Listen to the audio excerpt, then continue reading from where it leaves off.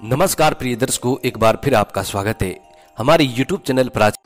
प्रिय दर्शकों, आज फिर नया वीडियो, नई जानकारी लेके हम हाजिर हुए हैं। आज की जो कहानी है, आज का जो प्रसंग है, ये बहुत ही ज्ञानवर्धक है और बहुत ही खास है। प्रिय दर्शकों, एक कहावत आपने हमेशा सुनी होगी कि कहां राजा भोज और कहां गंगू तेली। प्रिय दर्शकों, ये कहावत बहुत प्रचलित है और बहुत ही ज्ञानवर्धक है। इस कहावत के पीछे बहुत सारे ऐसे राज छुपे हुए हैं। यदि कोई बंदा इसके राज को समझ जाए तो वो अपना जीवन ही बदल सकता है। ये कहावत नहीं है, ये एक जीवन का सार है, जीवन जीने का सार है। प्रिय दर्शकों, आज इसी कहावत के ऊपर एक छोटी सी कहानी हम प्रस्तुत करने जा रहे हैं। कहानी राजा भोज और गंगू तेली के ऊपर है। इस कहावत का पूरा सार आपको इस वीडियो में मिलेगा कि कहां राजा भोज और कहां गंगू तेली। शास्त्रों में ऐसा बताया जाता है कि राजा भोज किसी पुण्य आत्मा से कोई कम नहीं था।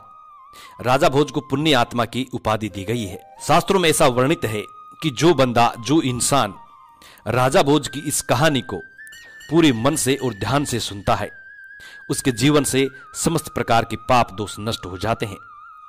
बताया जाता है कि यहां तक कि 7 जन्मों के पाप भी उसके मिट जाते हैं। शास्त्रों में राजा भोज के बारे में ऐसा लिखा गया है कि राजा भोज को तप, ज्ञान, धर्म और महाशक्ति की उपाधि दी गई है। राजा भोज एक ऐसा राजा हुआ था जो धर्म प्रिय राजा था, सदा धर्म का विचार करने वाले, सदा धर्म के पथ पर चलने वाले, पाप का साथ ना देकर सदा पाप पे विजयी होने वाले ऐसे राजा भोज के बारे में आज एक कहानी प्रस्तुत करने जा रहे हैं। प्रिय दर्शकों, इस कहानी को ध्यान से सुनिएगा, इस कहानी को बड़े गौर से सुनिएगा। ये कहानी बड़ी पावन और पवित्र है और शास्त्रों में ऐसा बताया गया है कि जो लोग राजा भोज की कहानी को आधी अधूरी छोड़ देते हैं वो पाप के भागीदारी बनते हैं।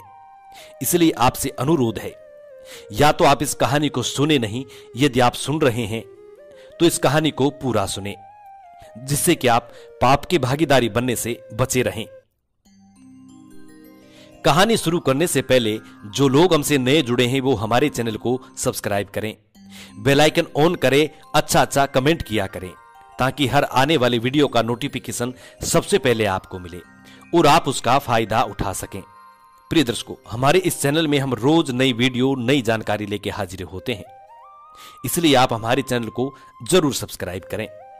शुरू करते हैं प्रिय दर्शकों आज का ये प्यारा सा वीडियो, प्यारी सी कहानी। शास्त्रों में ऐसा वर्णित बताया गया कि राजा भोज बड़े ही न्याय प्रिय राजा थे, सदा धर्म के पथ पर चलने वाले राजा थे, सदा धर्म का विचार करने वाले न्याय प्रिय राजा थे, सदा पाप पर विजय पाने वाले न्याय प्रिय राजा थे। राजा भोज के दरबार से कभी कोई खाली नहीं जाता था। राजा भोज के दरबार में सदा धर्म के हिसाब से ही न्याय होता था और राजा भोज के दरबार में जो भी कोई बंदा अपनी इच्छा लेके जाता था उसकी इच्छा अवश्य पूरी की जाती थी, चाहे वो गरीब हो या अमीर। प्रिय दर्शकों, सबके लिए न्याय बराबर था। राजा भोज बहुत ही न्याय प्रिय राजा थे। उनके राज्य में एक गरीब और दुखी एक ब्राह्मण रहता था, बुजुर्ग ब्राह्मण रहता था। प्रिय दर्शकों, राजा भोज क्या करते थे कि अपनी नगरी के अंदर रोज शाम को वेश बदलकर और अपनी नगरी में घुमा करते थे, अपने गांव वालों के बीच में घुमा करते थे, ताकि उनको अपनी प्रजा की स्थिति के बारे में पता चले, कौन दुखी है और कौन सुखी है। इसी विचार को लेकर राजा रोज वेश बदलकर और नगर में घुमा करते थे, हर घर घर के द्वार पे जाते थे और उनकी सूचना लिया करते थे। एक दिन राजा उस गरीब ब्राह्मण के घर जाता है। एक दिन राजा भोज वेश बदलकर पूरे नगर में घूमता है और उस गरीब ब्राह्मण के घर पहुंचता है। जिस वक्त राजा उस गरीब ब्राह्मण के घर जाता है तो वो गरीब ब्राह्मण और उनकी गरीब ब्राह्मणी दोनों पति पत्नी बात कर रहे थे। गरीब ब्राह्मण अपनी पत्नी से कह रहा था कि देखो जी, अब मैं बहुत बुजुर्ग हो चुका हूं और मेरी आर्थिक स्थिति इतनी नहीं है कि मैं काम धंधा कर सकूं और आपका पेट पालन कर सकूं। प्रिय दर्शकों, उस गरीब ब्राह्मण के कोई पुत्र नहीं था, कोई पुत्री नहीं थी। दोनों पति पत्नी रहा करते थे और वो बुजुर्ग हो गए थे। ब्राह्मण अपनी पत्नी से कह रहा है कि मेरी अब आर्थिक स्थिति इतनी नहीं है, मेरे शरीर की शक्ति इतनी नहीं है कि मैं अब कमा सकूं और आपका पेट भर सकूं। मैं बहुत बुजुर्ग हो चुका हूं और मेरी स्थिति बहुत खराब हो चुकी है। हमारे कोई पुत्र भी नहीं है जो हमारी सेवा कर सके और हमारा पेट भर सके। गरीब ब्राह्मण अपनी पत्नी से इस बात को कहता है। राजा भोज छुप करके इस बात को सुनता है। गरीब ब्राह्मण और कहता है कि कल मैं राजा के दरबार में जाऊंगा और राजा से यह अरदास करूंगा, ये कहूंगा कि महाराज, मेरे कोई पुत्र भी नहीं है और हम पति पत्नी बुजुर्ग हो चुके हैं।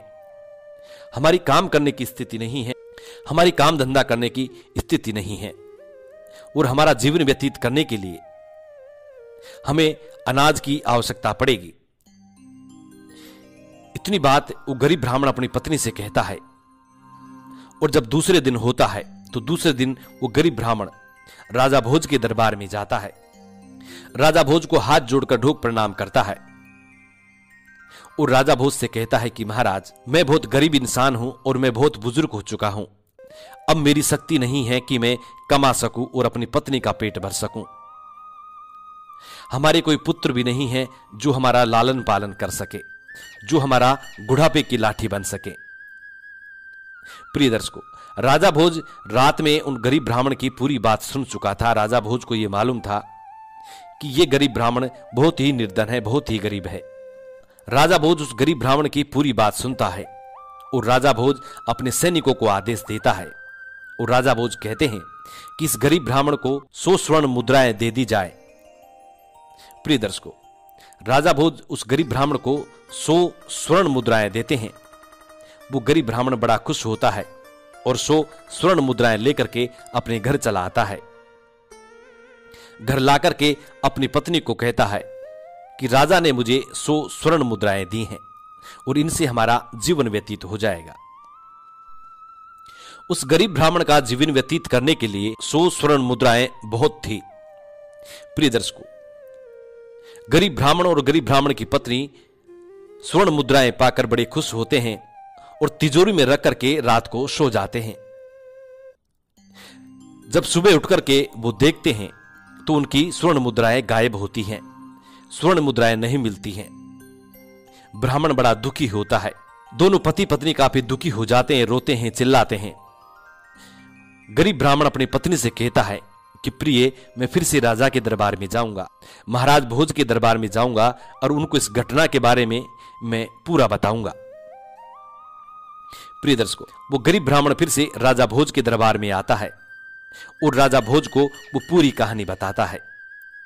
कहता है कि महाराज, रात को स्वर्ण मुद्राएं में रख करके सो गया और जब सुबह उठ करके मैंने देखा तो स्वर्ण मुद्राएं गायब थी।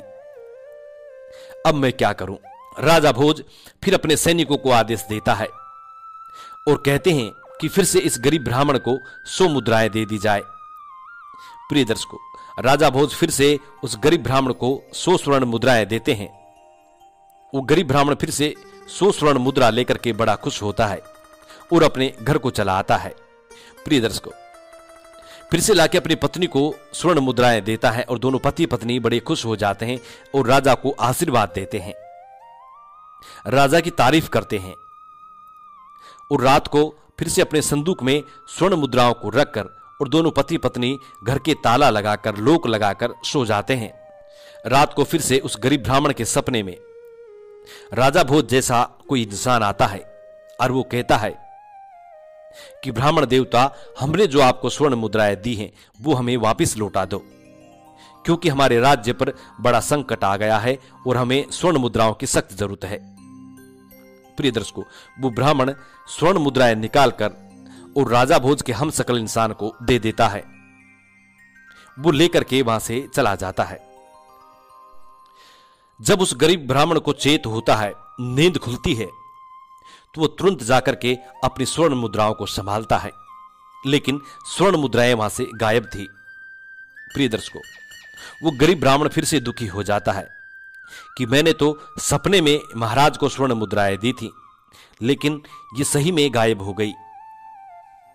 इसी बात को सोचकर फिर से वो गरीब ब्राह्मण बड़ा दुखी हो जाता है और दूसरे दिन फिर से राजा के दरबार में जाता है और राजा भोज को वो सारी घटना सुनाता है। राजा भोज से कहता है कि महाराज आप जैसा ही कोई मेरे सपने में आया था और उन्होंने ये कहा कि राज्य पे बड़ा संकट है, इसलिए हम आपसे स्वर्ण मुद्राएं वापस लेने आए हैं। और मैंने सपने में वो स्वर्ण मुद्रा उस व्यक्ति को दे दी, लेकिन जब मैंने सच में अपनी स्वर्ण मुद्राओं को जाके देखा तो मेरी स्वर्ण मुद्राएं गायब थी। प्रिय दर्शकों, गरीब ब्राह्मण की इतनी बात सुन के और राजा भोज फिर से अपने सैनिकों को आदेश देते हैं और कहते हैं कि फिर से इस गरीब ब्राह्मण को 100 मुद्राएं दे दी जाए। राजा भोज के सैनिक फिर से उस गरीब ब्राह्मण को 100 मुद्रा लौटा देते हैं। उस गरीब ब्राह्मण को 100 मुद्रा दे देते हैं और वो गरीब ब्राह्मण बड़ा खुशी खुशी अपने घर चला आता है। जब रात्रि का समय होता है तो राजा भोज स्वयं उस गरीब ब्राह्मण के घर की तरफ चल देते हैं। राजा भोज सोचते हैं कि शायद कोई इस गरीब ब्राह्मण को परेशान करने की कोशिश कर रहा है और जो हम स्वर्ण मुद्रा इस गरीब ब्राह्मण को देते हैं उन्हें लूट करके ले जा रहा है। इसलिए राजा स्वयं उस गरीब ब्राह्मण के घर चल देता है और घर के पास में जाकर के छुप करके बैठ जाता है। रात्रि का समय था, रात्रि का तीसरा पहर का वक्त हो चुका था। चंदा की चांदनी बड़ी तेज थी, तो राजा छुप करके बैठता है और देखता रहता है। जब रात्रि का तीसरा पहर का समय होता है तो राजा देखता है तो राजा की आंखें फटी की फटी रह जाती है। राजा देखता है कि राजा के जैसा ही कोई दूसरा व्यक्ति गरीब ब्राह्मण के घर आया हुआ है और वो गरीब ब्राह्मण से फिर से स्वर्ण मुद्रा मांगने की कोशिश कर रहा है। प्रिय दर्शकों, जब वो व्यक्ति गरीब ब्राह्मण से स्वर्ण मुद्राएं वापस लेकर के लौट रहा था, उस वक्त राजा भोज उस व्यक्ति के समक्ष जाता है और राजा भोज उस व्यक्ति से कहता है कि तुम कौन हो भाई? तुम राजा भोज तो हो नहीं, क्योंकि राजा भोज तो मैं हूं, और तुम क्यों इस गरीब ब्राह्मण को परेशान कर रहे हो? यह निर्धन व्यक्ति है, बुजुर्ग व्यक्ति है, इसको परेशान करने से कोई फायदा नहीं। प्रिय दर्शकों, राजा भोज का हम सकल राजा को जवाब देता है और राजा से कहता है कि राजा साहब, इस गरीब ब्राह्मण के नसीब में धन नहीं है, इस गरीब ब्राह्मण के नसीब में कोई धन नहीं है। ये इसके पिछले जन्म के कर्मों का फल है जो इसको भुगतना ही पड़ेगा। ये कभी भी धन अपने पास नहीं रख सकता। यदि मैं इस धन को छोड़ के भी चले जाऊंगा तो इसकी तिजोरी में से ये गायब हो जाएगा। इसके नसीब में कोई धन नहीं है, क्योंकि ये इसका कर्मों का फल है और कर्मों का फल हर इंसान को भुगतना ही पड़ता है। वो व्यक्ति राजा भोज से कहता है कि राजा भोज, आपको भी आपकी करने का फल भुगतना पड़ेगा। हर इंसान को अपने करने का फल भुगतना पड़ता है। यदि आपने कुछ ऐसे कर्म किए होंगे तो उसका फल आपको भी भुगतना पड़ेगा। इसीलिए इस गरीब ब्राह्मण के नसीब में कोई धन नहीं है, इनको भुगतान करना ही पड़ेगा। आप कितना ही चाहे इनको धन दे दीजिए, लेकिन फिर भी इनके नसीब में कोई धन नहीं है, धन का सुख ये नहीं ले सकते। इतनी बात कहकर वो व्यक्ति गायब हो जाता है। अब राजा भोज को यह समझ में आ जाता है कि इस गरीब ब्राह्मण के नसीब में धन नहीं है, इनके नसीब में कोई सुख नहीं है, ये इनके जीवन में कभी भी सुख नहीं पा सकते। राजा भोज अपना सर पीट करके वापिस महलों की तरफ आ जाते हैं। दूसरे दिन राजा भोज शिकार खेलने के लिए जाते हैं। दूसरे दिन राजा भोज अपना तीव्र गति से चलने वाले घोड़े पर सवार होकर के और जंगल में शिकार खेलने के लिए चले जाते हैं। राजा भोज शिकार खेलने के लिए जंगल में जाते हैं और जंगल में घूमते घूमते इतनी दूर पहुंच जाते हैं कि जहां भयंकर पहाड़ी इलाका था। अब राजा भोज अपने घोड़े को चाबुक मारते हैं और वो घोड़ा इतनी तेजी से उड़ान भरता है, इतनी तेजी से उड़ान भरता है कि राजा भोज घोड़े से नीचे गिर जाते हैं और लवलवान होकर के नीचे पड़ जाते हैं। घोड़ा इतनी तेजी से उड़ान भरता है कि राजा भोज नीचे गिर जाते हैं और लवलवान हो जाते हैं। प्रिय दर्शकों, राजा भोज अचेत हो जाते हैं। जब राजा को होश आता है तो राजा देखता है कि राजा दूसरे राज्य के सैनिकों के कब्जे में थे। प्रिय दर्शकों, दूसरे राज्य के सैनिक राजा भोज से पूछते हैं कि भाई तुम कौन हो और कहां से आए हो? राजा भोज समझ जाता है यदि मैं इनको अपना परिचय देता हूं तो ये मुझे मार डालेंगे। इसलिए राजा भोज मौन रहते हैं, चुप रहते हैं। प्रिय दर्शकों, दूसरे राज्य के सैनिक राजा भोज को बंदी बना लेते हैं और मारपीट लगाते हैं। सोचने लगते हैं कि ये कोई गुप्तचर है किसी अन्य राज्य का। राजा भोज की काफी पिटाई करते हैं, काफी मार लगाते हैं, और जब राजा भोज अचेत हो जाता है तो राजा भोज को अपनी नगर की सीमा से बाहर फेंक देते हैं। प्रिय दर्शकों, राजा भोज अचेत अवस्था में पड़ा हुआ था। तब उसी रास्ते से गंगू तेली निकल रहा था। गंगू तेली की नजर राजा भोज पर पड़ जाती है। गंगू तेली देखता है कि कोई व्यक्ति अचेत अवस्था में पड़ा हुआ है, खूनों से लहूलुहान हुआ है। जब गंगू तेली ये देखता है तो राजा भोज को वहां से उठाता है। राजा भोज को उठाकर अपने घर ले जाता है। अपने घर ले जाकर राजा भोज के मलहम पट्टी करता है, दवा उपचार करता है। कुछ दिनों बाद में राजा भोज बिल्कुल ठीक हो जाते हैं। और ठीक होने के बाद गंगू तेली राजा भोज से पूछते हैं कि भाई तुम हट्टे कट्टे हो, नौजवान हो, कहां से आए हो, कौन हो? प्रिय दर्शकों, राजा भोज मौन रहते हैं। राजा भोज कुछ नहीं बताते हैं क्योंकि गंगू तेली भी दूसरे राज्य का व्यक्ति था। राजा भोज बिल्कुल मौन रहते हैं, कुछ नहीं कहते हैं। अब गंगू तेली राजा भोज को अपने साथ तेल निकालने की घानी में काम पे लगा लेते हैं।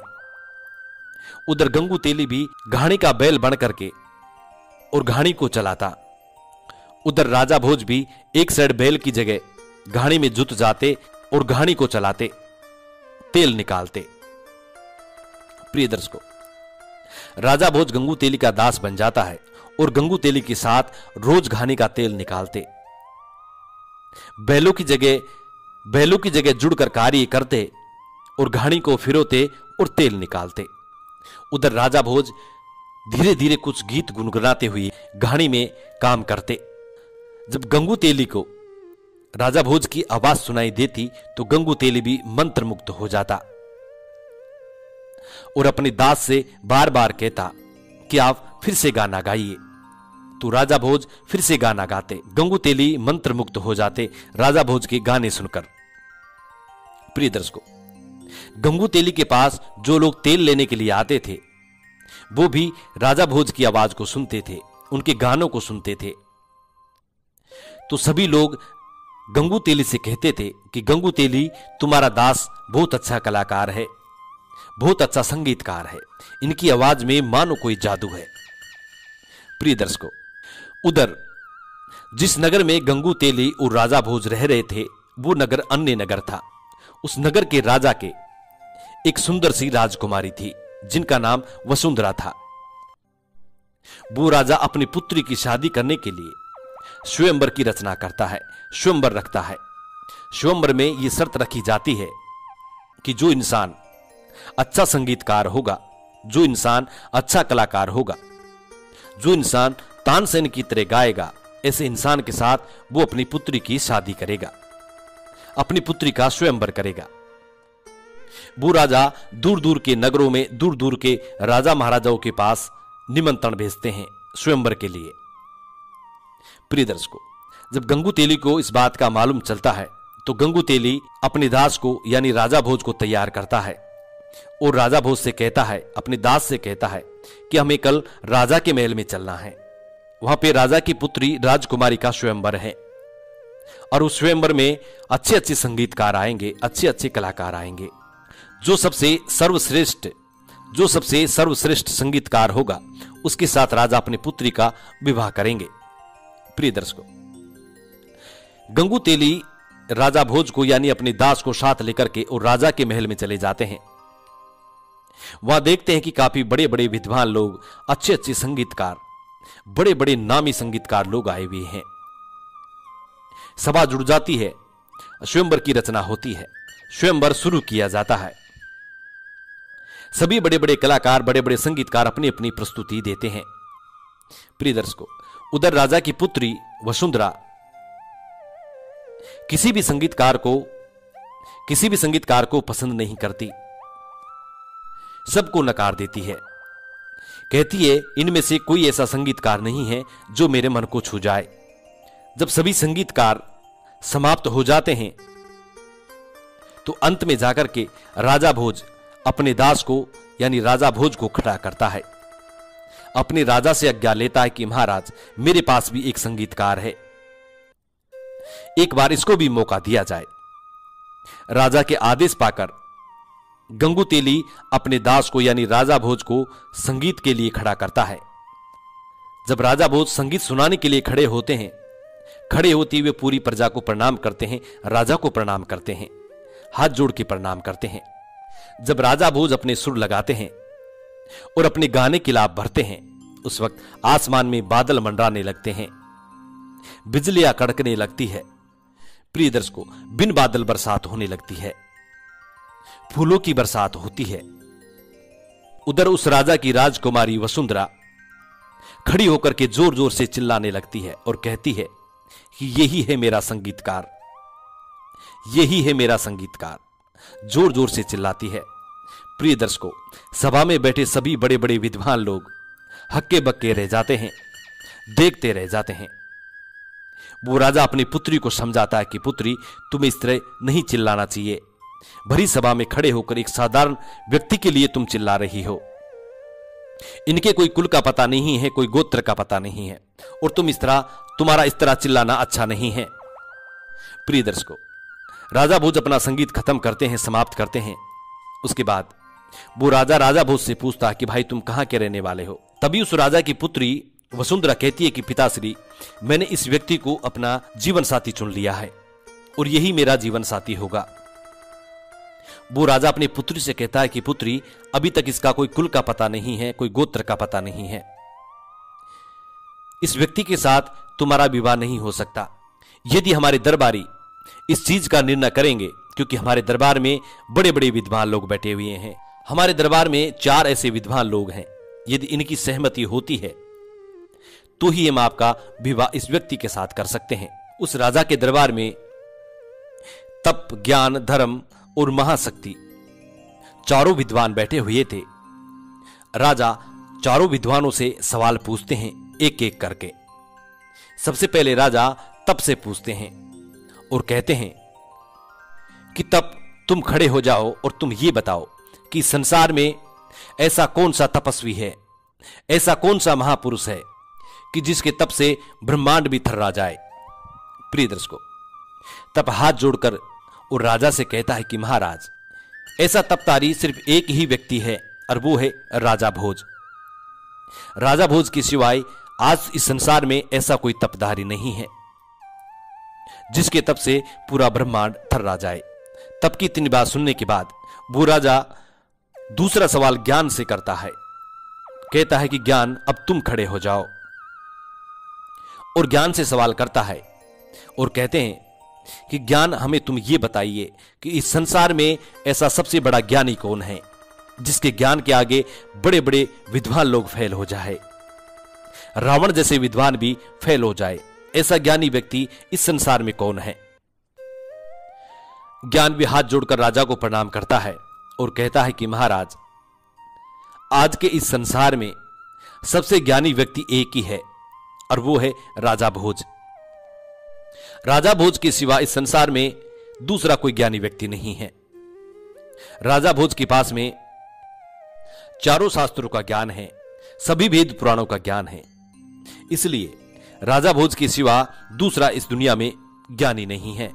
ज्ञान की इतनी बात सुन करके वो राजा तीसरा सवाल धर्म से करते हैं कि धर्म, अब तुम खड़े हो जाओ और तुम हमें यह बताओ कि इस संसार में सबसे बड़ा धर्मात्मा कौन है। धर्म हाथ जोड़कर के राजा को प्रणाम करता है और राजा से कहता है कि महाराज, आज के इस संसार में सबसे बड़ा धर्मात्मा एक ही व्यक्ति है और वो है राजा भोज। उसके सिवा दूसरा कोई धर्मात्मा व्यक्ति नहीं है। धर्म की इतनी बात सुनने के बाद राजा तीसरा सवाल महाशक्ति से करते हैं। कहते हैं कि महाशक्ति, अब तुम खड़े हो जाओ और तुम हमें यह बताओ कि संसार में सबसे शक्तिशाली राजा कौन सा है जिसके समक्ष नारायणी सेना भी फेल हो जाए। ऐसा महाशक्तिशाली राजा कौन सा है। प्रिय दर्शकों, महाशक्ति हाथ जोड़कर राजा को प्रणाम करता है और राजा से कहता है कि महाराज, ऐसा शक्तिशाली राजा जिसके आगे नारायणी सेना भी परास्त हो जाए, वो एक ही है और वो है राजा भोज। राजा भोज के सिवा इस संसार में कोई दूसरा ऐसा व्यक्ति नहीं है जिसमें इतनी शक्ति हो, इतनी ताकत हो, जिसके समक्ष नारायणी सेना भी फेल हो जाए। प्रिय दर्शकों, राजा तीनों महापुरुषों की बात सुनता है और राजा अपनी पुत्री से और गंगू तेली के दास व्यक्ति से कहता है कि तुम दोनों ध्यान से सुनो। गंगू तेली के दास से यानी राजा भोज से कहता है, तुम एक छोटे व्यक्ति हो, गंगू तेली के दास हो, इसलिए अभी तुमने चारों महापुरुषों की बात सुनी है और चारों ने सिर्फ राजा भोज का ही जिक्र किया है। मेरी पुत्री के लिए राजा भोज ही ठीक रहेगा। राजा भोज के सिवा दूसरा कोई व्यक्ति मेरी पुत्री का पानी हरण नहीं कर सकता। वो राजा गंगू तेली के दास से यानी राजा भोज से इतनी बात कहता है और अपनी पुत्री से कहता है कि पुत्री, तुम ही समझने की कोशिश करो, तुम्हारे लिए सिर्फ राजा भोज ही रहेंगे, इसके अलावा दूसरा कोई व्यक्ति तुम्हारे लिए ठीक नहीं है। उधर गंगू तेली का दास यानी राजा भोज दास के रूप में हाथ जोड़ करके राजा से कहता है कि महाराज, आपका कहना बिल्कुल सत्य है, लेकिन एक छोटी सी बात मैं भी कहना चाहता हूं। राजा भोज हाथ जोड़ करके कहता है कि महाराज, मेरी बात को गौर से सुनिएगा। कहता है कि महाराज, तप, ज्ञान, धर्म और महाशक्ति से बड़ी भी कोई चीज होती है। गंगू तेली के दास की यानी राजा भोज की इतनी बात सुनकर पूरा दरबार हक्का बक्का हो जाता है। उधर उस नगर के महाराज भी गंगू तेली के दास पर यानी राजा भोज पर चिढ़ जाते हैं और कहते हैं कि इन चारों के अलावा संसार में कोई चीज नहीं है और तुम एक छोटे से दास हो, तुम्हारी इतनी औकात नहीं है कि तुम हमारे भरी दरबार में हमारी बेइज्जती करो।